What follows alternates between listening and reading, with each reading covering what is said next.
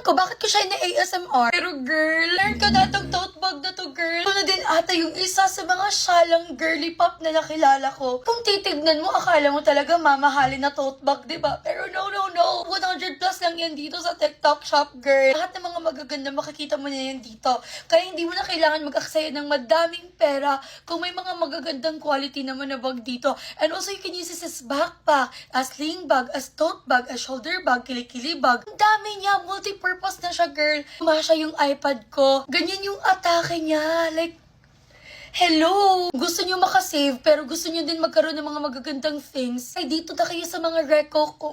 Just look at that!